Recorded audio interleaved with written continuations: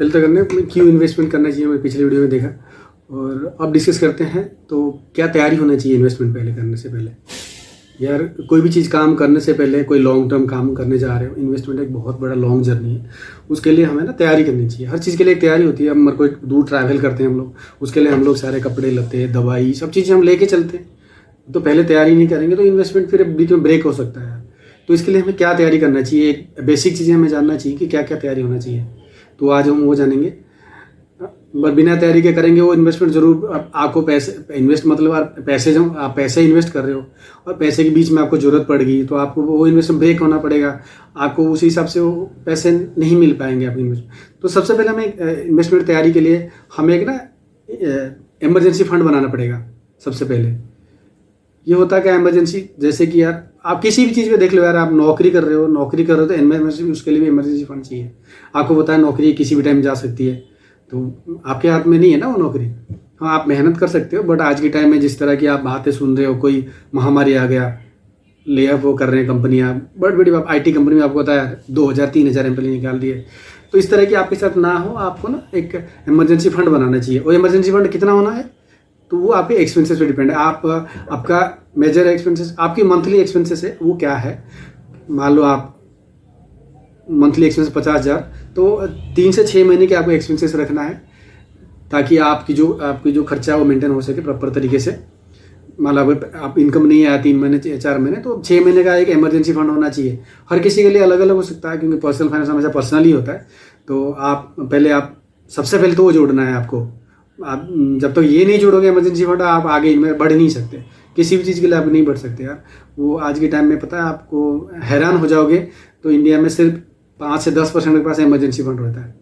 बाकी ऐसी आराम गयाराम चलता रहता है। मतलब पे चेक टू पे चेक, पैसा आया 2-4 दिन में सब खत्म है। तो ये नहीं होना चाहिए। सबसे पहले तो हमें एक इमरजेंसी फंड बनाना चाहिए। अगर आप फैमिली वाले हो तो आपको और ज़्यादा रखना चाहिए।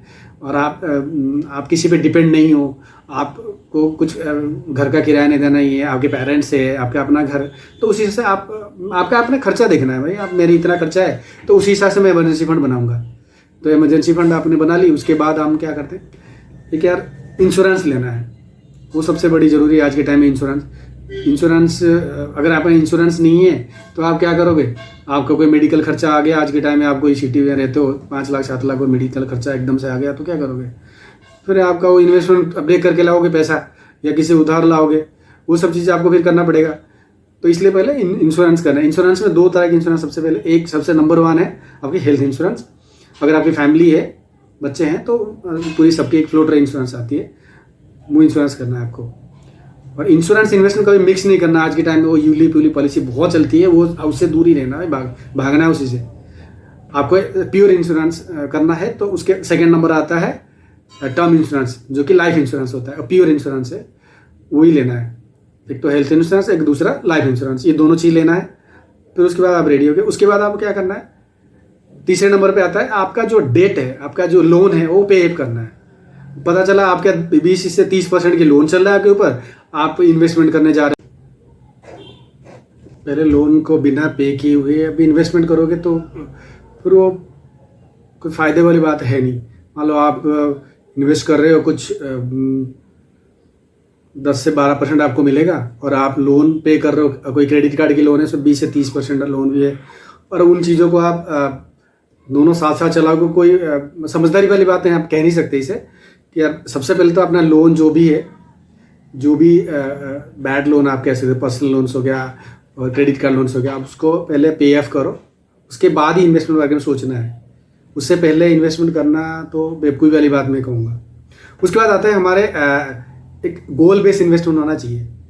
भाई हम इन्वेस्ट किस लिए करते हैं, एक गोल है कि आगे हमें क्या क्या आएगा। बाइंग हाउस, हमें अगर एक घर खरीदना है, और हमारा कोई ऐसे चिल्ड्रन एजुकेशन है, उसके बाद एक ट्रैवल घूमने फिरने का, हम सोचते हैं कि यार पूरी दुनिया देखना है, या अपनी भारत भ्रमण करना है, जैसे भी आप एक गोल बेस होता है ना।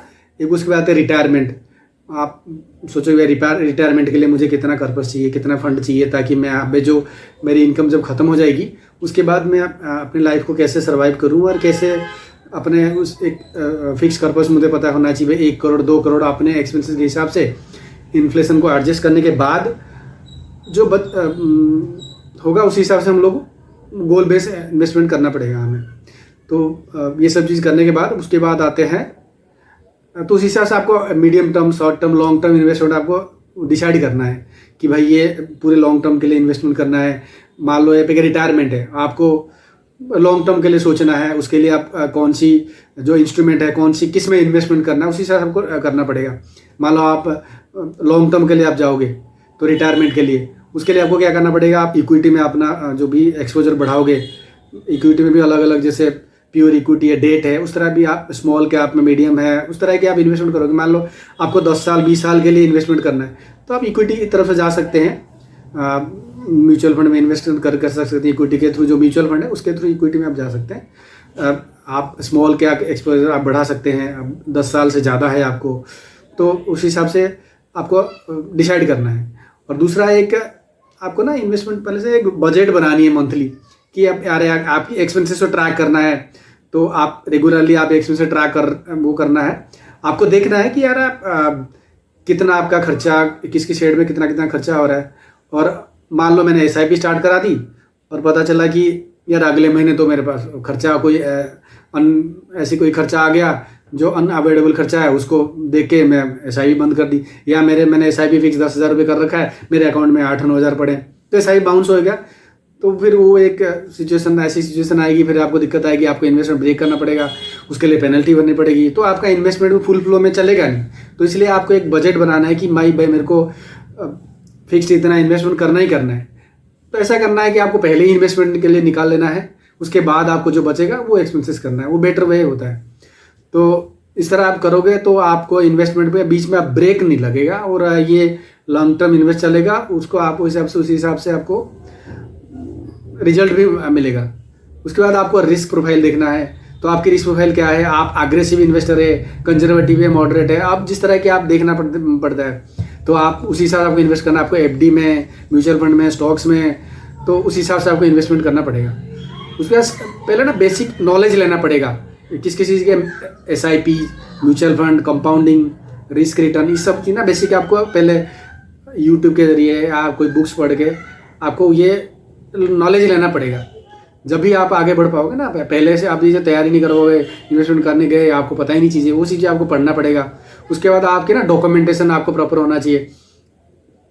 मान लो आप इन्वेस्टमेंट करने जा रहे हो, आपके पैन नंबर नहीं है या कोई मिस्टेक से पैन में और आधार में आपको नाम मैच नहीं हो रहा है या पैन आधार लिंक नहीं है, इस तरह की सिचुएशन ना आए, आपको पहले ये सब चीज़ क्लियर करना पड़ेगा। आपको KYC डॉक्यूमेंट सारे क्लियर करना है। जो भी आपके मिस्टेक्स है, आपको कोई अकाउंट जैसे डीमैट अकाउंट ओपन करना है, आपकी सेविंग अकाउंट होना चाहिए। ये सब चीज़ें आप जब तक कर लोगे फिर आप रेडी हो इन्वेस्टमेंट के लिए।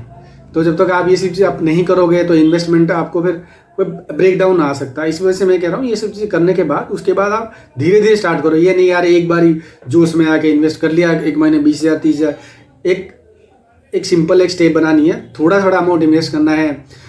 उसके बाद आपको धीरे धीरे उसको इंक्रीज करना है, ईयर टू ईयर आपको इंक्रीज करना है।